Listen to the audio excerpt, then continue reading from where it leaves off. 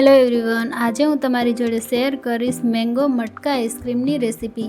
તો કેરીની સિઝન જાય એ પહેલાં એકવાર આ રેસીપી જરૂરથી ટ્રાય કરજો। આ આઈસ્ક્રીમમાં મેં કોઈપણ જાતની વ્હીપ ક્રીમ કે કસ્ટર્ડ પાવડરનો યુઝ નથી કર્યો। મેંગોની natural sweetness and natural taste જળવાઈ રહે એ રીતે આ આઈસ્ક્રીમ બનાવેલી છે। તો ચાલો જોઈ લઈએ આની ડિટેલ રેસીપી।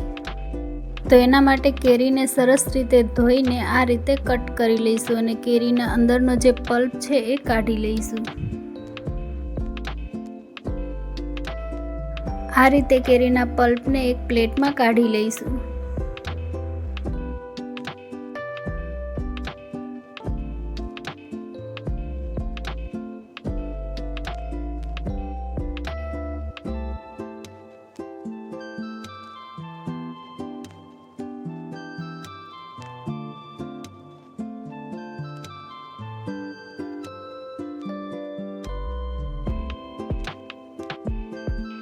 ત્યારબાદ કેરીના ટુકડાને મિક્સર જારમાં એડ કરીને ફાઇન પેસ્ટ બનાવી લઈશું। તો આ રીતની સ્મૂથ પેસ્ટ બનાવી લેવાની છે। હવે એક કડાઈમાં લઈશું 1 કપ જેટલું દૂધ। દૂધ થોડું ઉકળે એટલે એડ કરીશું એમાં ખાંડ। લો ફ્લેમ પર 5 થી 7 મિનિટ માટે કૂક કરીશું। ત્યારબાદ એડ કરીશું તેમાં મિલ્ક પાવડર। હવે લો ફ્લેમ પર 5 થી 7 મિનિટ માટે કૂક કરીશું। દૂધમાં થોડી થિકનેસ આવી જાય અને જેટલું છે તેનાથી ઓછું થઈ જાય ત્યાં સુધી આપણે એને કૂક કરવાનું છે। હવે ફ્લેમ એકદમ લો કરીને તૈયાર કરેલ કેરીના પલ્પને એડ કરીશું। હવે તેને સરસ રીતે મિક્સ કરી લેવાનું છે। બધું સરસ એકરસ થઈ જાય ત્યાં સુધી એને ચલાવતા જઈશું। ત્યારબાદ તેને ઠંડુ થવા દઈશું। હવે ઉપરથી થોડા ડ્રાય ફ્રૂટ એડ કરીશું। આ રીતે સ્મોલ સાઇઝના મટકા લીધા છે અને સરસ રીતે ધોઈ લઈશું।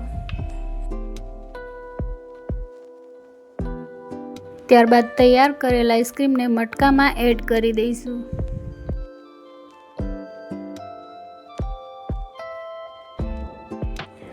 ઉપરથી થોડા ડ્રાય ફ્રૂટ એડ કરીશું અને આ રીતના ફોઇલ પેપર વડે બધા મટકાને કવર કરી લઈશું।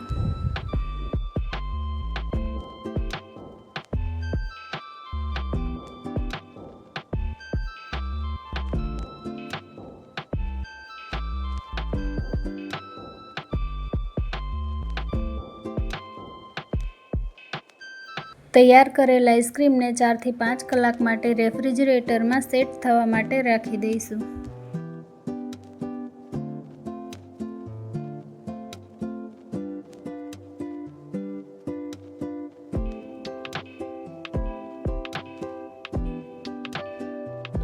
તો 4 થી 5 કલાક બાદ આઈસ્ક્રીમ બિલકુલ રેડી છે। વિડીયો પસંદ આવે તો લાઈક, કોમેન્ટ, શેર જરૂરથી કરજો અને આવી જ રેસિપીઝ માટે મારી ચેનલને સબસ્ક્રાઈબ કરવાનું ભૂલશો નહીં। Thank you for watching. મળીએ નવા વિડીયો સાથે।